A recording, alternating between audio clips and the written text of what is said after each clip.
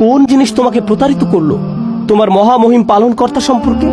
সাথে সাথে আমার হুঁশ হবে এবং উপলব্ধি করব যে কিয়ামত এখনো সংঘটিত হয়নি, আমি এখনো এই দুনিয়াতে আছি। এই মুহূর্তে আমার অবস্থান এখানে, শেষ বিচারের ময়দানে নয়। জানেন তাহলে এখন প্রশ্নটির অর্থ কি? নিজেকে প্রতারিত করার জন্য কোন কোন জিনিসগুলোকে আমি বারবার সুযোগ দিয়েছি সুদূর অতীত থেকে আজ পর্যন্ত? তা কি ছিল নিজের জীবনের সাথে সংশ্লিষ্ট কিছু মানুষ, নিজের কামনা বাসনা, নিজের লোভ লালসা, নিজের স্বার্থপরতা, নিজেকে প্রবোধ দেয়া মিথ্যাগুলো? কি ছিল সেটা নিজের ভিতরে? সেটা কি ছিল নিজের ভেতরের কোনো ঘোর তমাশা? কি ছিল সেটা যেটা আমাকে বহু দূরে প্রতারিত করে নিয়ে গেল? নিজেকে পরিবর্তন করার সময় এসে গেছে। এই ধরনের আয়াতগুলো আমার আপনার জন্য জীবন পরিবর্তনকারী আয়াত। যাই ঘটুক কোনো ব্যাপার না, নিজেকে পরিবর্তন করার এই ভ্রমণটা যত কষ্টকরই হোক না কেন, আমি প্রস্তুতি আরব। কারণ আমার সমগ্র জীবন ধরে আপনি আমার প্রতি যথেষ্ট কারিম। আমি এর জন্য প্রস্তুত, কারণ আমি চাই এই উপলব্ধিটা আমার এখানে হোক, শেষ বিচারের দিনে হওয়ার পরিবর্তে। আমি বরং এই উপলব্ধিটা এখন চাই।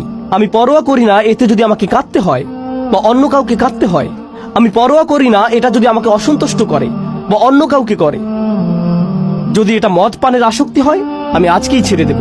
আমি পরোয়া করি না এতে যত কষ্টই হোক। এটা যদি নামাজ মিস হয়, আমি এখন থেকে নিয়মিত নামাজ পড়ব।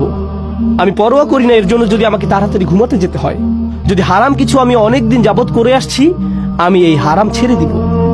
আমি পরোয়া করি না এতে কে ক্রুদ্ধ হলো আর কে অসন্তুষ্ট হলো। এটা যদি হারাম ব্যবসা হয়ে থাকে, আমি ওই ব্যবসা ছেড়ে দিচ্ছি। এর নাম অগ্রাধিকার প্রদান। আর যখন এভাবে প্রায়োরিটিতে পরিবর্তন নিয়ে আসবেন, আল্লাহর ব্যাপারগুলোকে অগ্রাধিকার দিবেন, তখন দেখবেন আপনার নিজস্ব সত্তা এবং আশেপাশের মানুষেরা এই পরিবর্তনের তীব্র বিরোধিতা করছে। আমি ওইটাকে মুকাদ্দাম বানিয়েছি আর অন্য সবকিছুকে মুআখার। ওইটাকে আমি সবার আগে রাখবো আর অন্য সবকিছুকে পরে। আলিমাত নাফসুম মা কদ্দামাত ও আখারাত। আমার এবং আপনার বরং এমন মানুষদের অন্তর্ভুক্ত হওয়া উচিত যারা এখনই নিজেদের প্রায়োরিটি ঠিক করে নেয়। নিজের মাঝে সেই মনোবল তৈরি করুন, আল্লাহর বাণীতে সেই শক্তি খুঁজুন। এজন্যই তো আল্লাহর বাণী আমাদের সামনে আছে। আমি আমার নিজেকে এবং আপনাদের সবাইকে স্মরণ করিয়ে দিচ্ছি যে আমাদের আমলের দরজা এখনো বন্ধ হয়ে যায়নি। অতীতে যে ভুলই করে থাকেন না কেন, যে পাপই করে থাকেন না কেন, তওবার দরজা এখনো খোলা আছে। আল্লাহর কাছে ক্ষমা চান। শুধু আল্লাহর কাছে ক্ষমার দোয়া করেই থেমে যাবেন না, বরং নিজের মাঝে সত্যিকারের পরিবর্তন নিয়ে আসুন, একটি বাস্তব পরিবর্তন। আল্লাহকে দেখান, নিজেকে দেখান যে কোন কোন ব্যাপারগুলোকে আপনি সবার আগে গুরুত্ব প্রদান করেন। অন্য কারো নিকট আপনাকে কিছু প্রমাণ করতে হবে না। যে কেউ আপনাকে যাই বলুক না কেন, আশেপাশের লোকজন আপনাকে যেভাবেই দেখুক না কেন, এতে কিছু যায় আসে না। সময় আসলে তারা আপনার ব্যাপারে কোনো পরোয়া করবে না। এতে কিছু যায় আসে না কে অসন্তুষ্ট হলো আর কে বাঁকা চোখে তাকালো বা কে কি মনে করলো। এই পৃথিবীর সবকিছুই উপলব্ধির ব্যাপার।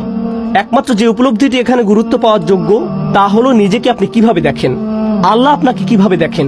এই ব্যাপারটা যখন আপনার কাছে পরিষ্কার হয়ে উঠবে, কেবল তখনই আপনি পরিবর্তনের জন্য প্রস্তুত। আর যদি তা না হয়, তবে যে ধ্রুবকগুলোকে আমরা প্রতিনিয়ত দেখছি, যেগুলো জীবনের অংশ, যেগুলো সব সময় বর্তমান থাকে, আল্লাহ বলছেন যদি তারকারাজির যেখানে থাকার কথা সেখানে না থাকে, সমুদ্রগুলোর যেখানে থাকার কথা সেখানে না থাকে, সেগুলো এখন তো আর স্থায়ী কোনো জিনিস নয়, তখন মানুষের অভিমতকে কেন তুমি স্থায়ী কিছু মনে করছো? নিজের প্রায়োরিটি ঠিক করুন। আমাকে আমার অগ্রাধিকারগুলো ঠিক করতে হবে। আল্লাহ আজ্জা ওয়া জাল্লা আমাদেরকে তাদের অন্তর্ভুক্ত না করুন যারা প্রতারিত হয়, যারা তাদের রবের উদারতার এমন সুযোগ গ্রহণ করে যে শেষ বিচারের দিন ক্ষতিগ্রস্ত হয়। আল্লাযী খালাকাকা ফাসাওয়াকা ফাআদালাক ফি আইয়ি সূরাতিন মা শাআ রাক্কাবাক। নিজের ফ্রি সময়, আমি আবার বলছি, এটা সূরাতুল ইনফিতার। আমি চাই আপনারা নিজের ফ্রি সময়ে গোটা সূরাটি একবার পড়ে ফেলুন। যদি শুধু অনুবাদ পড়া সম্ভব হয় তবুও পড়ুন এবং চিন্তা করুন, গভীরভাবে ভাবুন আল্লাহ ছোট্ট এই সূরায় আমাদের কি বলেছেন। এটা এমনকি এক পৃষ্ঠাও না, অতএব এটা বড় কোনো বাড়ির কাজ নয়। এক পৃষ্ঠাও না। পড়ার টেবিলে বসুন নিজের জন্য। এ নিয়ে আপনাকে অন্য কারোর সাথে কথা বলতে হবে না, এবং গভীরভাবে ভেবে দেখুন আল্লাহ এখানে কি বলছেন। আপনাকে উদ্দেশ্য করে তিনি কি বলছেন এই সূরার ভিতরে। বারাকাল্লাহু লি ওয়া লাকুম ফিল কুরআনিল হাকিম ওয়া নাফা'নি ওয়া ইয়্যাকুম বিল আয়াতি ওয়া যিকরিল হাকিম।